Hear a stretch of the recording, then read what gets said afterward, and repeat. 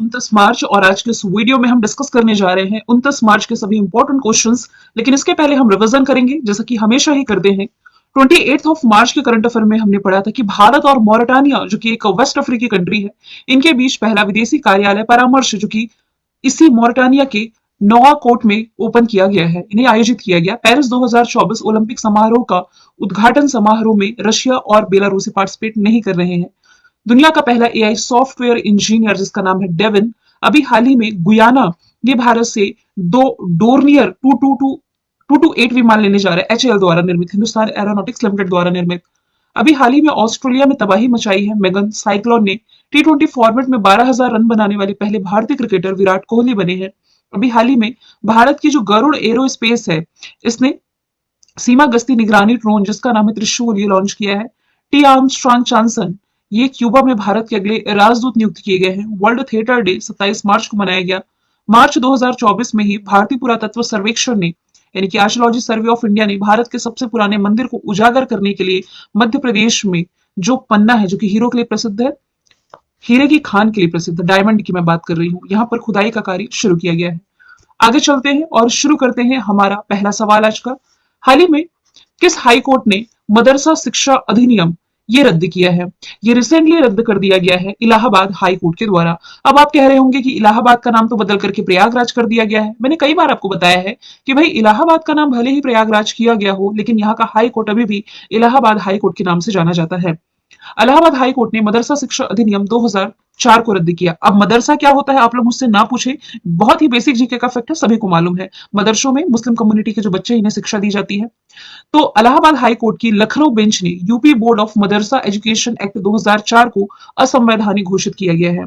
अदालत ने यह फैसला सुनाया है कि ये जो अधिनियम है, ये धर्मनिरपेक्षता के सिद्धांत के साथ साथ कुछ आर्टिकल्स का उल्लंघन करता है, जिसमें कि आर्टिकल 14 है, 21 है, 21A है, इन सभी का ये उल्लंघन कर रहा है। और इसके अलावा यूनिवर्सिटी ग्रांट कमीशन अधिनियम 1956 की धारा 22 का भी ये उल्लंघन करता है।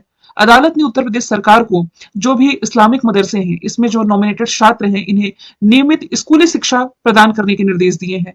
हालांकि इस मदरसा शिक्षा अधिनियम को अब रद्द किया जाता है according to Allahabad high court.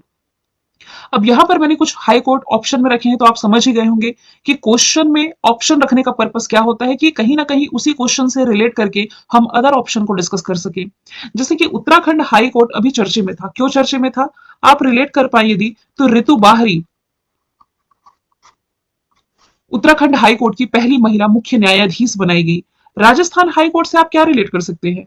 AI यानी कि आर्टिफिशियल इंटेलिजेंस संचालित देश का पहला डिजिटल अदालत की शुरुआत है, जो कि इसी राजस्थान हाई कोर्ट के द्वारा की गई थी। और यदि मैं कहूं देश का पहला पेपरलेस हाई कोर्ट, पेपरलेस भी कह सकती हूं मैं, या तो डिजिटल हाई कोर्ट भी कह सकती हूं, ये बना है केरल हाई कोर्ट।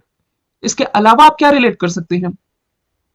अपने सभी फैसलों को मलयालम में प्रकाशित करने वाला भी पहला हाईकोर्ट ही आपका केरला ही हो जाएगा। आगे चलते हैं। केरल के तट पर समुद्र में खोजे गए आइसोपॉड की नई प्रजाति का नाम ये किसी संस्था के नाम पर रखा गया है, और इस संस्था का नाम हो जाएगा इसरो, जो कि भारत की स्पेस एजेंसी है। ये ब्रुसेथोआ प्रजाति का छोटा क्रस्टेशियन है जो कि मछली खाता है। नाम रखा गया है ब्रुस्थोआ इसरो। अच्छा, यहां पर जो टर्म लिखा हुआ है आइसोपॉड, देखिए आइसोपॉड क्या होता है? आइसोपॉड अकशेरुकी यहां पर लिखा हुआ है। आप इसे कह सकते हैं कि रीढ़ की हड्डी के बिना जानवर जिसका बैकबोन नहीं होता, इसी का ये समूह होता है, और जिसमें आप कह सकते हैं केकड़ा, झींगा मछली, ये सभी शामिल होते हैं। तो नाम रखा गया है इसरो के नाम पर। हालांकि ये तो साइंस एंड टेक्नोलॉजी का प्रश्न नहीं है, इसे मैं समझा देती हूँ थोड़ा इसरो को रिलेट करके। भारत की space agency 1969 formation year, Bangalore Karnataka, headquarter S Somanathan इसके वर्तमान समय में अध्यक्ष हो जाएंगे।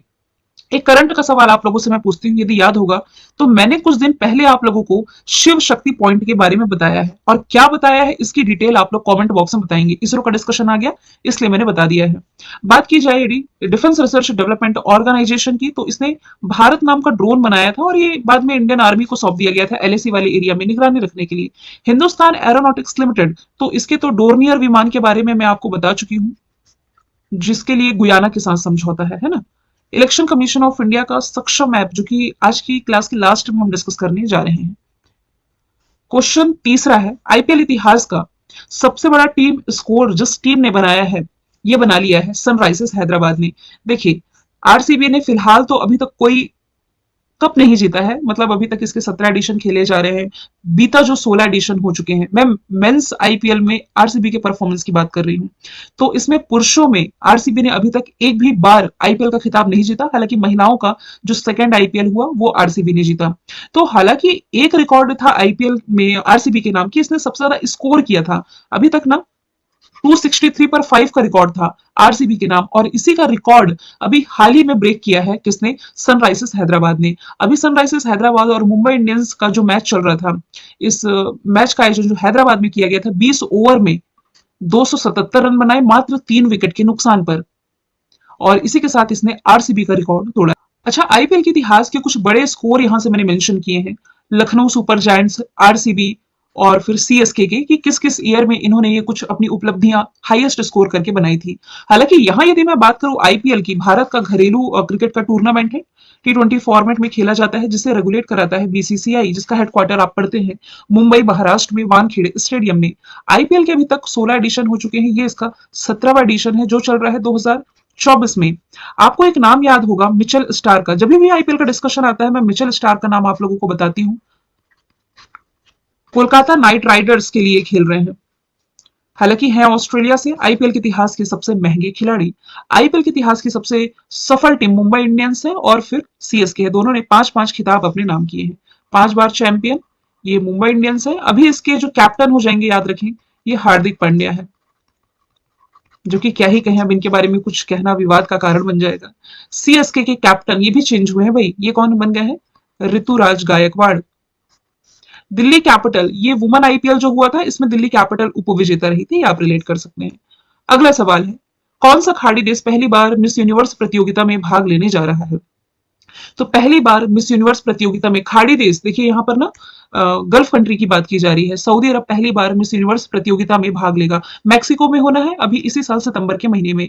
सऊदी अरब की जो रूमी अल काहतानी है, ये थोड़ा डिफिकल्ट नाम है, ये पहली बार आधिकारिक तौर पर इस्लामिक देश की पहली प्रतिनिधि के रूप में मिस यूनिवर्स प्रतियोगिता में शामिल होने जा रही है। हालांकि इन्होंने मिस मिडिल ईस्ट और मिस अरब वर्ल्ड पीस 2021 का खिताब ऑलरेडी ये जीत चुकी है।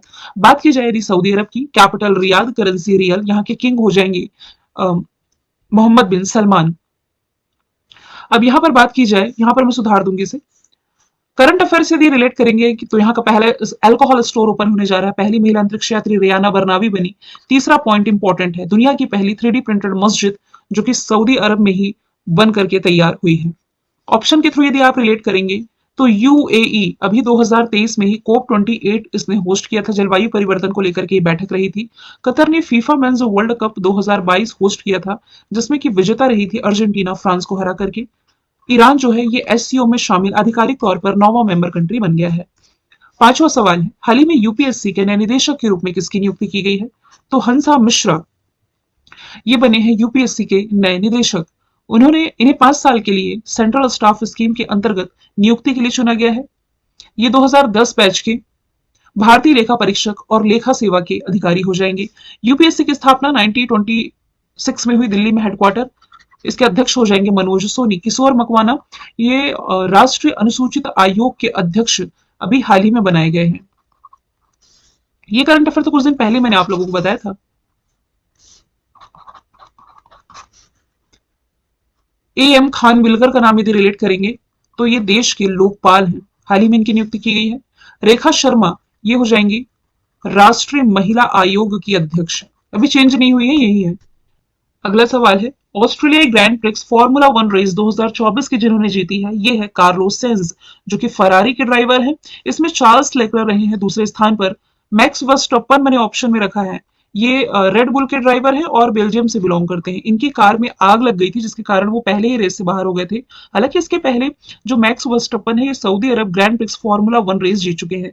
अब 2 ऑप्शन बच रहे हैं। राफेल नडाल, ये तो रेसिंग से रिलेटेड नहीं है, ये है टेनिस से रिलेटेड, ये स्पेन से बिलोंग करते हैं। लुइस हैमिल्टन ये भी ड्राइवर है और ये मर्सिडीज के ड्राइवर हैं, ये इंग्लैंड से बिलोंग करते हैं। आगे चलते हैं। हाल ही में कल्याण चालुक्य राजवंश का 900 साल पुराना कन्नड़ शिलालेख किस राज्य में पाया गया है?